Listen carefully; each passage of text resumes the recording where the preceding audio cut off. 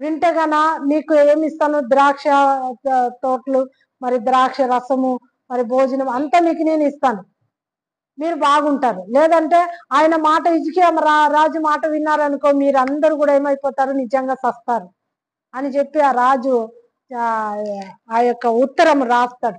రాసి పంపిస్తే ఆ ఉత్తరంలో ఎంత ఇదిగా మాట్లాడతాడంటే దేవుణ్ణి దూషిస్తాడు. ఎవరిని? దేవుణ్ణి దూషిస్తాడు, హిజ్కియా రాజును దూషిస్తాడు. మిమ్మల్ని ఎవ్వరు కూడా నా చేతిలో నుండి విడిపించలేదు, మేము మిమ్మల్ని ఖచ్చితంగా స్వాధీనపరుచుకుంటాం, మీకు అసలు మీకు అడ్డొచ్చే వాళ్ళు ఎవరు లేరు మీకు అంటారు.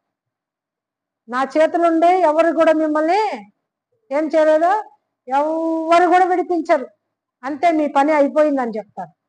అన్నప్పుడు నిజంగా రాజుకి ఎంత బాధ అనిపిస్తుంది అంటే, అవునా ఈయన చేతిలో నుండి మమ్మల్ని ఎవరు విడిపించలేరా, అయితే మా దేవుడు ఉన్నాడని చెప్పి ఆ రాజు ఏం చేస్తాడు తెలుసా, లేచి ఆ ఉత్తరాన్ని తీసుకొని దేవుని మందిరంలోనికి వెళ్తాడు. ఎక్కడికి వెళ్తాడు?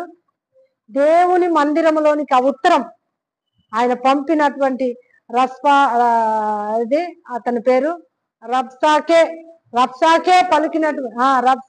పలికినటువంటి ఆ మాటలను తీసుకొని, ఆ ఉత్తరాన్ని తీసుకొని వెళ్ళి దేవుని మందిరంలో ఇట్లా పరిచి పెడతాడు, ఉపవాసం ఉండి.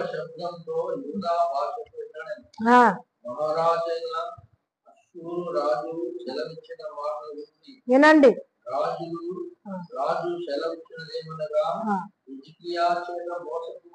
మోసపోకుడి,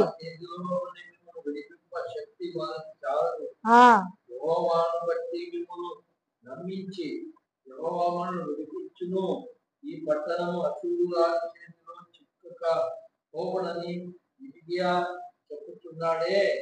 హిజ్కియా చెప్పిన మాట మీరు అంగీకరించవద్దు. అసూరు రాజు సెలవిచ్చినదేమనగా, నాతో సంధి చేసుకుని నా ఎదుగు మీరు బయటికి వచ్చినలా మీలో ప్రతి మనిషి తన ద్రాక్ష చెట్టు ఫలములను, తన అంజూరపు చెట్టు ఫలములను తినుచు తన బావి నీళ్లు తాగుచూను. అర్థమైందా? మీ చెట్లు మీ ఫలములు మీరు తింటారు. ఆ రాజు చెప్పినటువంటి మాటలు మీరు విన్నారనుకో, మీ ద్రాక్ష చెట్లు ఫలములు మీరు తినరు, మీ బావిలో నీళ్లు మీరు తాగరు అని వాళ్ళకి బెదిరిస్తాడు. ఎవరు? ఆ రాజు పేరు ఏం పేరు?